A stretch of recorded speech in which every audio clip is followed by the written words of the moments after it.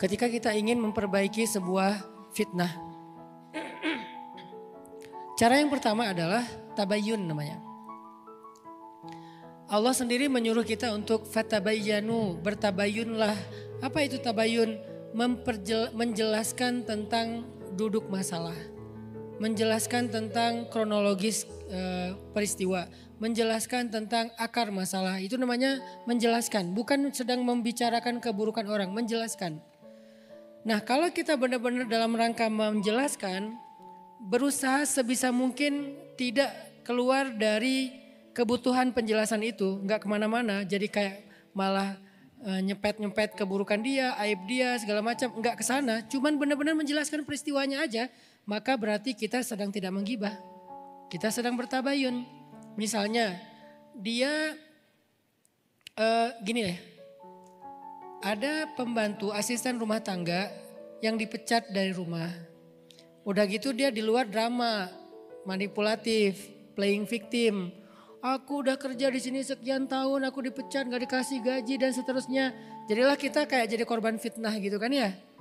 Nah akhirnya orang yang mempertanyakannya kepada kita, kita jelaskan kenapa kita memecat dia. Ya udah kita bilang aja, misalnya dia pernah melakukan kesalahan fatal. Misalnya kayak ngambil uang, atau dia bohong, atau dia berkhianat, atau dia membuka aib rumah tangga kita kepada tetangga, kepada orang lain.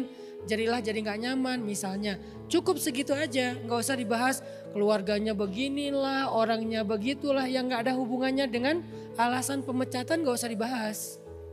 Nah kalau itu yang kita lakukan berarti kita sedang bertabayun, bukan sedang menggibah.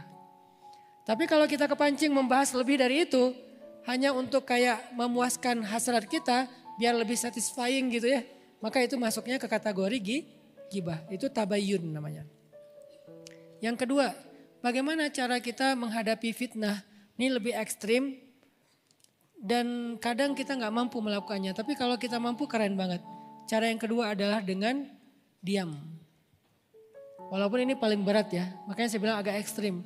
Kita cukup jelaskan sekali, udah gitu kalau misalnya diulang lagi hal-hal yang sama masih rame dibahas, kita diam aja.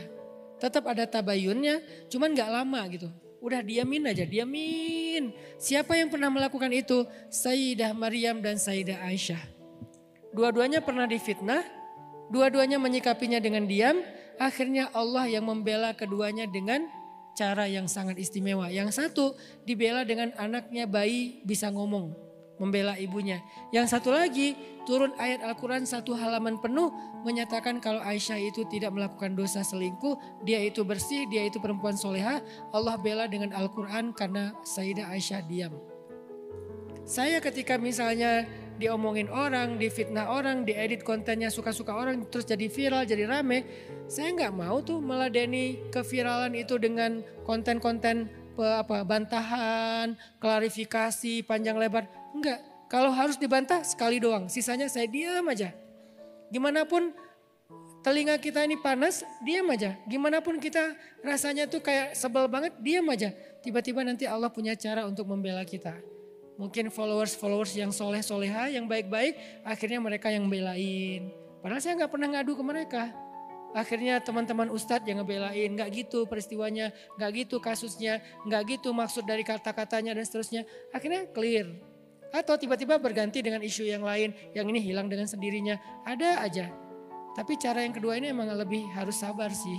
Itu cara kita menghadapi fitnah. Semoga Mbak Julia melakukan dua-duanya. Yang pertama adalah tabayun, sewajar mungkin, seproporsional mungkin, sisanya diam.